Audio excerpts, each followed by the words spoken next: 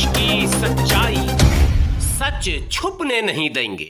आग लगे वो सोना जिससे टूटे कान, आग लगे वो सोना जिससे टूटे कान, और लानत हो ऐसी राजनीति पे जिससे निर्दोष की जाए जान। आदाब, मैं हूं हाफिज गुलाम सरवर और आप देख रहे हैं देश की सच्चाई। प्रधानमंत्री हिंदू, मुख्यमंत्री हिंदू, गृह मंत्री हिंदू, रक्षा मंत्री हिंदू, बिहार के मुख्यमंत्री हिंदू, बिहार के दो उप मुख्यमंत्री हिंदू, गृह मंत्री हिंदू, सारे मंत्री Hindu, DM Hindu, CM Hindu, PM Hindu, SP Hindu और यहाँ तक के थाना प्रभारी हिंदू, और बेगूसराय जिला जिसके विषय में मैं कुछ बताने आया हूँ उस जिला के सांसद हिंदू और सातों सीट पर सातों विधायक हिंदू, जिला परिषद के चेयरमैन हिंदू और उस जिला के भी डीएम और एसपी हिंदू, और जिस थाने की घटना है उस थाने के थाना प्रभारी भी हिंदू। और तो और बेगूसराय जिला के समाहरणालय के बिल्कुल समीप जो बेगूसराय जिला का न्यायालय है उसके प्रांगण में मंदिर, और मुफस्सिल थाने के भी प्रांगण में मंदिर, सिमरिया घाट से लेकर और सीधे आप चले जाएं मंझौल के आगे जयमंगला गढ़ तक, दूर दूर तक कहीं भी आपको कुछ भी नहीं दिखेगा। सब कुछ वही दिखेगा जिसको देखने की इच्छा आपकी होती है। लेकिन दुर्भाग्य कहें या फिर इसे सोची समझी चाल, या फिर इसको बनाकर ढाल राजनीति में बनना चाहते हैं बेमिसाल, या फिर उन्माद फैलाकर करना चाहते हैं ज़िला का बुरा हाल। ये कोई गुंडा मवाली नहीं है और ना ही दाऊद गैंग के सदस्य हैं और ना ही अपराधियों की सूची में इनका कहीं नाम है। हाँ, लेकिन अपराधियों से भी बड़ा इनका काम है, और ये हैं मोदी सरकार के केंद्रीय मंत्री, बेगूसराय के सांसद गिरिराज सिंह। गिरिराज बाबू को गिरिराज बाबू सम्मान से कहा जाता है और कहना भी चाहिए, माननीय सांसद हैं। लेकिन गिरिराज बाबू को ये भी याद रखना चाहिए कि जिस बेगूसराय के वो माननीय सांसद हैं उसी बेगूसराय में स्वर्गीय भोला सिंह भी माननीय सांसद हुआ करते थे और माननीय मंत्री भी वो रह चुके थे, और वो भी बड़े हिंदू थे, उन्हीं के सौजातीय थे, न जाति अलग न धर्म अलग। लेकिन आप बेगूसराय जिला के आम जनों से, शोषितों से, पीड़ितों से, वंचितों से एक श्रेणी है साहब। हालांकि गिरिराज बाबू इसको नहीं मानते हैं, लेकिन मैं कहता हूं अल्पसंख्यकों से या खुले शब्दों में मुसलमानों से स्वर्गीय भोला सिंह जी के विषय में यदि पूछेंगे तो आज भी सम्मान के साथ उनका नाम लिया जाता है। उसी बेगूसराय की धरती पर कई अनेकों नाम आए हैं। एक बात आपको बता दूं, 5-7 राजनीतिक दल हैं जिनका बेगूसराय में प्रभाव है। भाजपा का जिला अध्यक्ष भी हिंदू, कांग्रेस का जिला अध्यक्ष भी हिंदू, भाकपा, माकपा, लाकपा, जितनी पार्टियां हैं वो तमाम पार्टियों के जो जिम्मेदार हैं वो सब हिंदू। लोजपा, खोजपा और टुकड़े टुकड़े होने के बाद जितना पा हो चुका है वो चचा भतीजा, वो सबके जिम्मेदार हिंदू। एक भी मुस्लिम वहाँ किसी पद पर दूर दूर तक नहीं नजर आता है। लेकिन फिर भी हिंदू खतरे में है।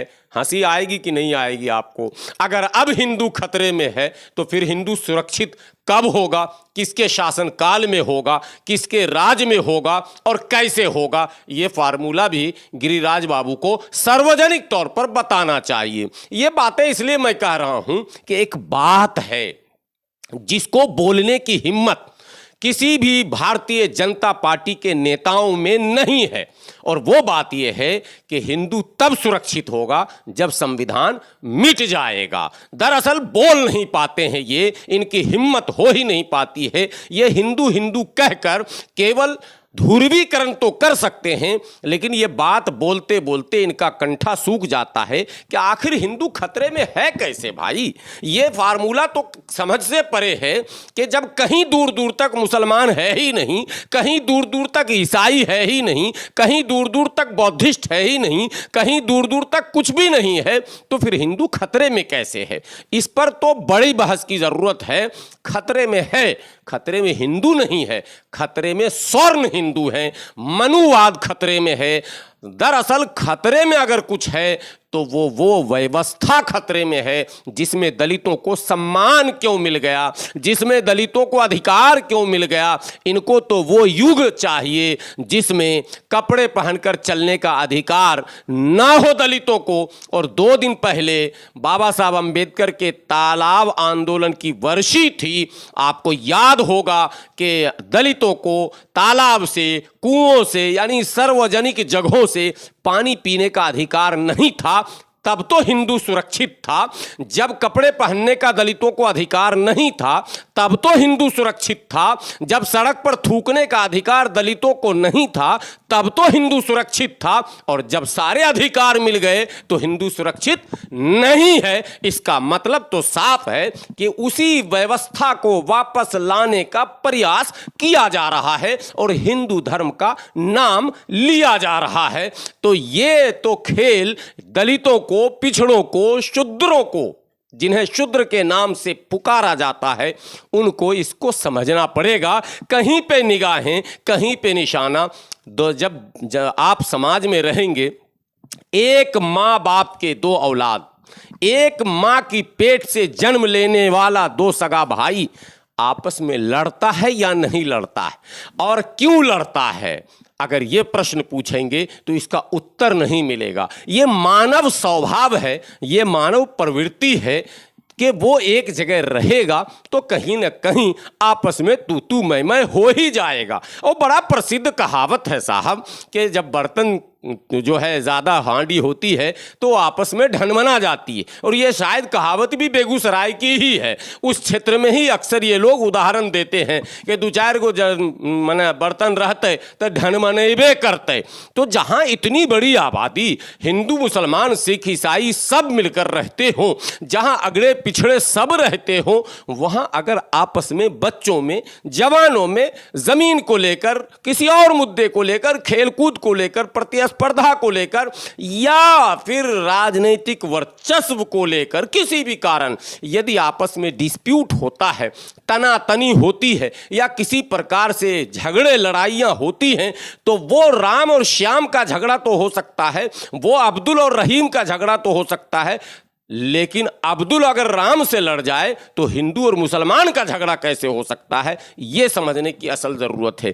एक जगह अगर 2 व्यक्ति हैं, 2 धर्म के हैं, किसी यादव और मुस्लिम से झगड़ा हुआ तो वो यादव और मुस्लिम से नहीं हुआ, वो यादव के उस परिवार से और मुस्लिम के उस परिवार से हुआ। और उसका केंद्र जो है या तो ज़मीन भूमि विवाद होगा, या राजनीतिक प्रतिद्वंदिता होगी, या फिर कुछ और भी उसके लेन देन के कारण होंगे। लेकिन उसको जातीय झगड़ा नहीं कहा जा सकता और न ही धार्मिक झगड़ा कहा जा सकता। लेकिन दुर्भाग्य से केंद्र में मंत्री हैं, परखर हिंदू हैं, बड़े बड़े चंदन टीका लगाते हैं और प्रवचन भी देते हैं, शायद हैं भूमिहार, लेकिन ब्राह्मण भी शर्मा जाए उनकी वेशभूषा को देखकर। हमारे गिरिराज बाबू केंद्रीय मंत्री हैं और आज से नहीं 7 वर्षों से वो सांसद हैं। 7 वर्षों से लगातार भाजपा जीत रही है। केंद्र में मोदी जी की सरकार है, राज्य में नीतीश कुमार जी की सरकार है, जिसमें भारतीय जनता पार्टी एक बड़े पार्टनर के रूप में है। 2 उप मुख्यमंत्री हैं और छोटे से एक झगड़े को इतना बड़ा रूप दिया कि बताने लगे कि साहब हिंदू यहाँ खतरे में है। और रजौड़ा में हिंदू अगर खतरे में होगा तो फिर क्या होगा, बेगूसराय में हिंदू अगर खतरे में होगा तो फिर क्या होगा। द कश्मीर फाइल का बार बार वो जिक्र कर रहे हैं। द कश्मीर फाइल में यह बताया गया कि कश्मीरी ब्राह्मण को पलायन, ये एक अलग कहानी, इस पर मैं वीडियो बना चुका हूं। लेकिन गिरिराज बाबू के लिए कश्मीर में 90% मुस्लिम है, वहां प्रशासन में अगर जब राज्यपाल को हटा दिया जाए और सेना को हटा दिया जाए, सामान्य रूप से अगर कश्मीर होता तो जाहिर सी बात है वहाँ का मुख्यमंत्री मुसलमान होता, और था भी। फारूक अब्दुल्ला, उमर अब्दुल्ला, महबूबा मुफ्ती, शरीखे, अनेकों नाम, गुलाम नबी आज़ाद, ये सब कश्मीर के मुख्यमंत्री रह चुके हैं। तो वहाँ तो जनसंख्या 90+ है। ऐसे में वहाँ मुख्यमंत्री यानी सीएम डीएम जो मैं गिनाता हूँ वो सब मुस्लिम होते, और वहाँ अत्याचार की खबर अगर मिलती तो ये माना जाएगा कि हाँ, वहाँ अल्पसंख्यक होने के नाते हिंदुओं पर अत्याचार हुआ होगा या हुआ था। लेकिन जहां आप न केवल बहुसंख्यक हैं बल्कि 7 विधानसभा के विधायक आप हैं, लोकसभा के सांसद आप हैं, राज्य में 2 उप मुख्यमंत्री और 1 मुख्यमंत्री आपके हैं, स्वयं आप केंद्र में मंत्री हैं, और अमित शाह जी जैसे गृह मंत्री हैं जिनके सामने पथ परिंदा भी पर नहीं मार सकता। ये स्वयं आप भी कहते हैं कि हमें गर्व है कि देश को ऐसा मुख्यमंत्री मिला, देश को ऐसा प्रधानमंत्री मिला, ओजस्वी, तेजस्वी, यशस्वी। मुझे हिंदी उतनी आती नहीं है, लेकिन रजौरा जाते जाते आप बिल्कुल अजीब से बन जाते हैं और ऐसे करके टीवी पर आते हैं और कहते हैं, ज़रा सुनिए ना क्या कहते हैं, हिंदू खतरे में है साहब। आश्चर्य है गिरिराज बाबू, यदि आप जैसे सम्मानित लोग जो केंद्र में मंत्री और माननीय सांसद हों और ऐसे शब्दों का प्रयोग करेंगे तो समाज का क्या होगा? उसको किस दिशा में आप ले जाना चाहते हैं? क्या उद्देश्य और क्या मकसद है? क्यों संविधान के विरुद्ध कार्य करने पर बिल्कुल आतुर आप लोग हैं? कृपया कर ऐसा नहीं कीजिए और ऐसा नहीं होना चाहिए। मैं तो इन चीज़ों से लगातार बच रहा था। मैं स्वयं बेगूसराय का हूँ, मुझे इस पर पहले से ही कुछ बोलना चाहिए था, लेकिन मुझे लगा छोटे मोटे मामले हैं और बड़े बड़े मंत्री हैं, सुलट लिया जाएगा। लेकिन लगातार बयानबाजियां हो रही हैं, सो मुझे लगा कि वहाँ के वो सम्मानित राजनेताओं की बात आप तक पहुँचाना ज़रूरी है। सो मैंने अपनी बात रख दी। अब आप सुने वहाँ के सम्मानित राजनेता जो और दलों के हैं, भाकपा माले के हैं, आरजेडी के हैं, वो लोग भी मौके पर पहुँचे, लोगों से मुलाकातें की, अपीलें की, और क्या कहा गिरिराज बाबू के बारे में। आश्चर्य आपको होगा, एक केंद्रीय मंत्री की गिरफ्तारी की मांग की जा रही हो, ये भी एक बड़ी बात है। और प्रशासन से बाज़ाब्ता कहा जा रहा है कि यदि केंद्रीय गृह मंत्री पर मुकदमा दर्ज नहीं किया गया तो आंदोलन करेंगे। ये सारी बातें, यही तो लोकतंत्र की खूबसूरती है कि पार्टी छोटी हो या बड़ी, उसे भी संविधान ने अधिकार दे रखा है, और यही अधिकार मनुवादी सोच के लोगों का पेट का दर्द बना हुआ है। सुने स्थानीय नेताओं के वो बयान। गिरफ्तारी हो, जैसे लोगों ने बताया है कि नीरज गांधी आरएसएस के लोग हैं, वे घटना का सूत्रधार हैं, उनकी हम तत्काल गिरफ्तारी की मांग करते हैं। और साथ ही साथ कल 19 तारीख को जब सांसद महोदय घटना स्थल पर आए हैं तो उनको जो दोनों समुदाय के बीच पहुंचना चाहिए, सौहार्द कायम करना चाहिए, ये नहीं करके बल्कि हिंदू मुस्लिम करके वो घटना को वो अपने उन्मादी बयानों से घटना को बढ़ाया है। और उसके बाद जो एक दर्जी के काम करते हैं महफूज, उन पर हमला हुआ है, कपार फोड़ा गया है, ये घोर निंदनीय है। और सांसद महोदय जो चाहते हैं कि बेगूसराय में हम आरएसएस का प्रयोग स्थली बना दें और उन्माद भड़का करके सांप्रदायिकता के आग में हम पूरे जिला को झोंक दें, उनकी मंसूबा कभी भी कामयाब ये भाकपा माले नहीं होने देगा। और भाकपा माले जिला प्रशासन और राज्य सरकार से मांग करता है कि सांसद की तत्काल गिरफ्तारी हो और रजौरा गांव में अमन चैन बहाल हो। ये मांग आज हम राज्य सरकार से कर रहे हैं। हम बचा लें, जो अपने जिला के लिए बहुत ही दुर्भाग्य की बात है। हमारा जिला बेगूसराय जिला बहुत मशहूर है और एकता का प्रतीक रहा है। हमारा ये जिला क्रांतिकारी की धरती रही। हमारे जिला में कभी भी हिंदू मुसलमान का कोई दंगा नहीं हुआ। हमारे जिला में हम हिंदू मुस्लिम सब भाई एक साथ त्यौहार मनाते आए हैं, एक साथ पढ़ते लिखते आए हैं, एक साथ संबंध बना के रखे। लेकिन कुछ उन्मादी ताकत को हमारी एकता पसंद नहीं है, इसलिए वो चाहते हैं कि बेगूसराय जिला को भी दंगे के आग में झोंका जाए। मैं यहाँ पर मौजूद तमाम लोगों से या फिर जहाँ तक हमारी बात जाती है उन सभी लोगों से और जिला से के लोगों से अपील करता हूँ कि कुछ मुट्ठी भर उन्मादी लोगों से डरने की ज़रूरत नहीं। अगर हम एकता में भाईचारे पर विश्वास रखते हैं और अपने एकता को मजबूत बना के रखते हैं तो कुछ मुट्ठी भर सांप्रदायिक ताकत फैलाने वाले हमारा कुछ नहीं बिगाड़ सकते।